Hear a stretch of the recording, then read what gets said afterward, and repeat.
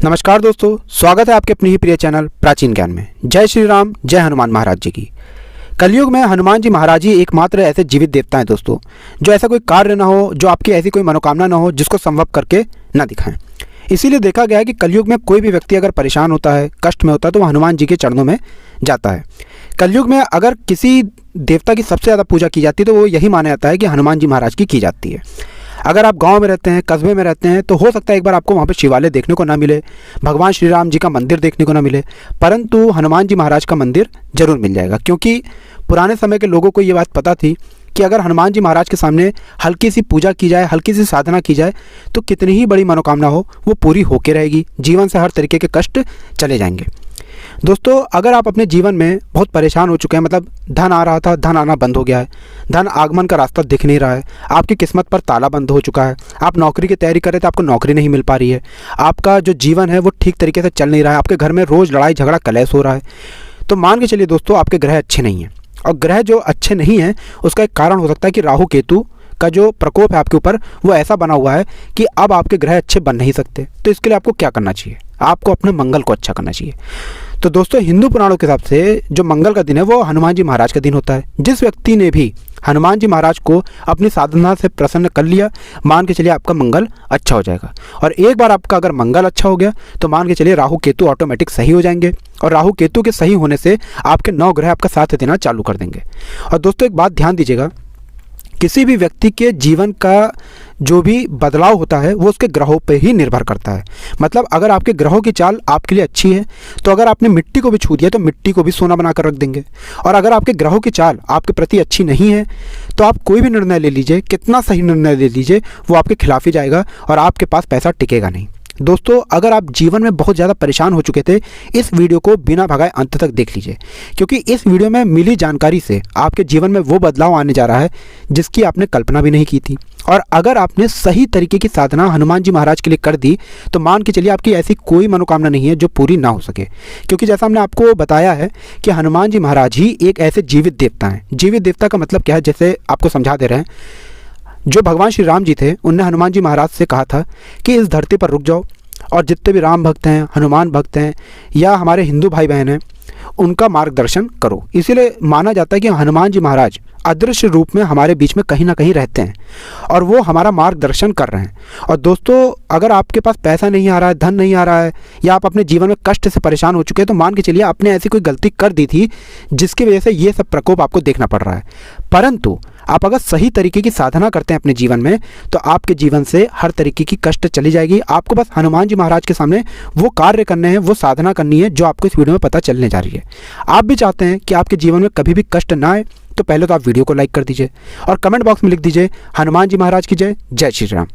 अब दोस्तों, सबसे पहले आप एक बात जान लीजिए, जो व्यक्ति कभी अपने जीवन में परेशान होता है तो हो सकता है उसके ऊपर मंगल दोष लगा हो या उसने ऐसा कोई काम कर दिया हो जिसकी वजह से उसका मंगल कमजोर होता चला जा रहा हो। तो आपको मंगलवार को क्या क्या नहीं करना चाहिए? तो सबसे पहली चीज़ जो आपको मंगलवार को नहीं करनी चाहिए, कभी भी मंगलवार को नमक मत खरीदिएगा। देखिए, मान लीजिए अगर आपका खाना है उसमें नमक कम पड़ा है तो उसमें नमक भी मत लीजिए। खाना खाते वक्त सामने नमक मत रखिए। कभी भी मंगलवार के दिन नमक से जुड़ा हुआ कोई भी कार्य नहीं करना चाहिए।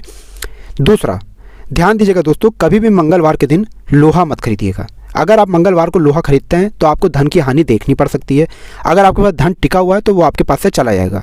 मंगलवार को कभी भी लोहा नहीं खरीदना चाहिए।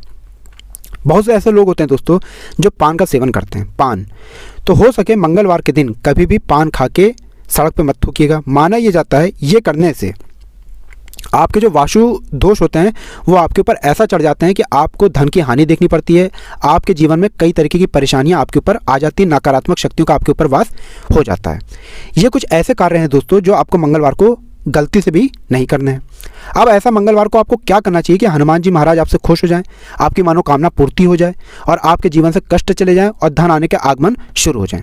तो सबसे पहला जो आपको करना चाहिए वो होता है केसरिया बूंदी का लड्डू, बेसन का लड्डू, मलाई मिश्री का लड्डू। ये 3 ऐसे लड्डू हैं जो हनुमान जी महाराज को बहुत प्रिय हैं। अगर इन लड्डुओं में से कुछ भी आप हनुमान जी महाराज को मंगलवार को जाकर चढ़ाते हैं और साथ में एक तुलसी की पत्ती रख देते हैं, आपकी कितना ही बड़ा दोष हो, आपके पीछे कितना ही बड़ा काला जादू लगा हो, किसी ने बंधन करा दिया हो, दोस्तों आपका कोई कुछ नहीं बिगाड़ सकता है। हर तरीके के दोष जो हैं वो अपने आप शांत हो जाते हैं, क्योंकि हनुमान जी महाराज यहाँ पर आपको आशीर्वाद देते हैं और आपके दोष अपने आप खत्म हो जाते हैं।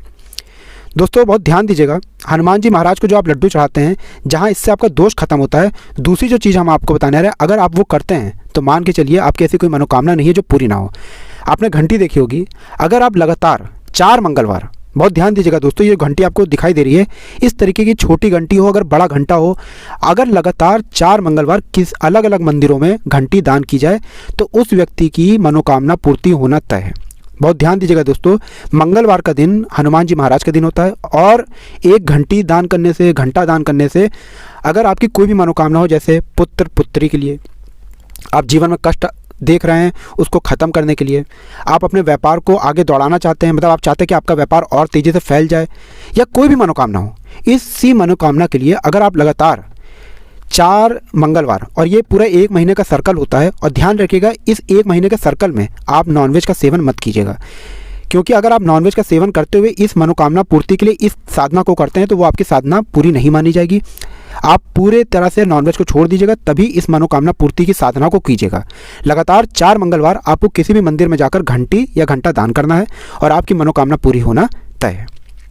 तीसरा, बहुत से लोग दोस्तों हमसे पूछते हैं कि हनुमान जी महाराज को कौन सा फूल चढ़ाना चाहिए। देखिए, वैसे तो हनुमान जी महाराज को कोई भी लाल फूल चढ़ाया जा सकता है, लेकिन हनुमान जी महाराज को गेंदे का फूल बहुत ज़्यादा प्रिय होता है।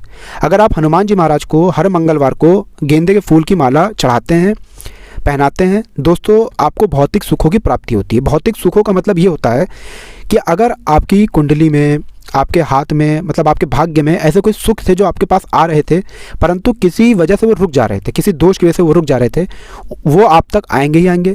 हनुमान जी महाराज की आपकी जो कृपा देंगे, आपको जो आशीर्वाद देंगे, उसकी वजह से आपको और भी कई सुखों की प्राप्ति होगी। मतलब आपके जीवन का जो समय होगा वो सुख और समृद्धि से भर जाएगा।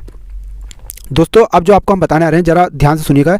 ये एक ऐसी क्रिया है जिसको अगर आप करते हैं तो मान के चलिए आपके जीवन के कई तरीके के कष्ट अपने आप खत्म हो जाएंगे। मान लीजिए आपको रोग लग गया था, किसी ने काला जादू करा दिया था, काला तंत्र करा दिया था और आप बहुत परेशान हो चुके थे।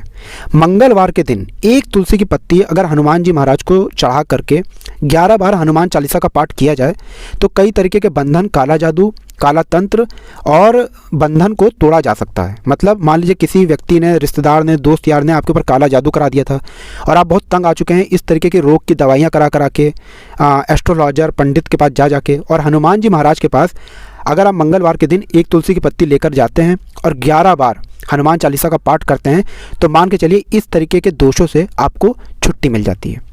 दोस्तों ये सारी क्रियाएं ऐसी क्रियाएं हैं जो वास्तु ज्ञान में, वास्तुशास्त्र में आपको बड़े आराम से मिल जाएंगी। हमारा चैनल का एक मकसद है दोस्तों जनहित और जन कल्याण, इसीलिए हम आपको ये सब बातें बता रहे हैं, क्योंकि हो सकता है कि आज की डेट में आपको ये सब बातें कोई ना बताए।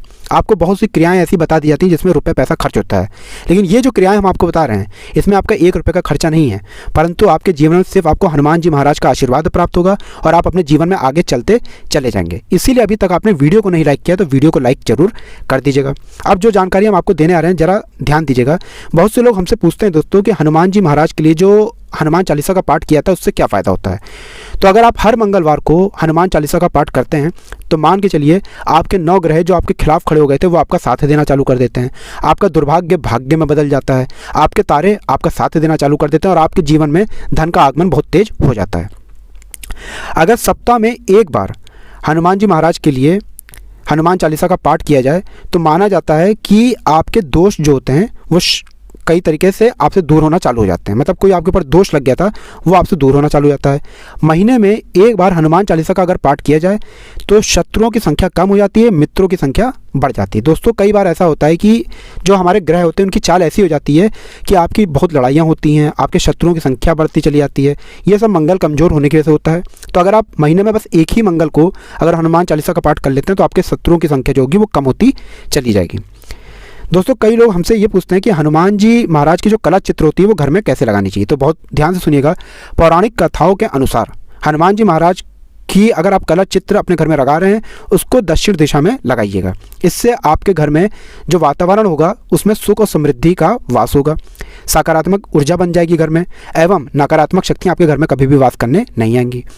हनुमान जी की मूर्ति कहाँ पर रखनी चाहिए? क्या घर में रखी जा सकती है हनुमान जी की मूर्ति? तो हाँ दोस्तों, बिल्कुल बेशक हनुमान जी की मूर्ति घर में रखी जा सकती है। शयन कक्ष में कभी भी हनुमान जी की मूर्ति को नहीं रखना चाहिए। ऐसे कमरे में कभी भी हनुमान जी की मूर्ति को मत रखिएगा जिस कमरे में अटैच लैट्रिन बाथरूम हो। बस दोस्तों, जो जानकारी हमको मिल रही थी वास्तुशास्त्र के हिसाब से वो हम आपके लिए लेकर आ गए थे।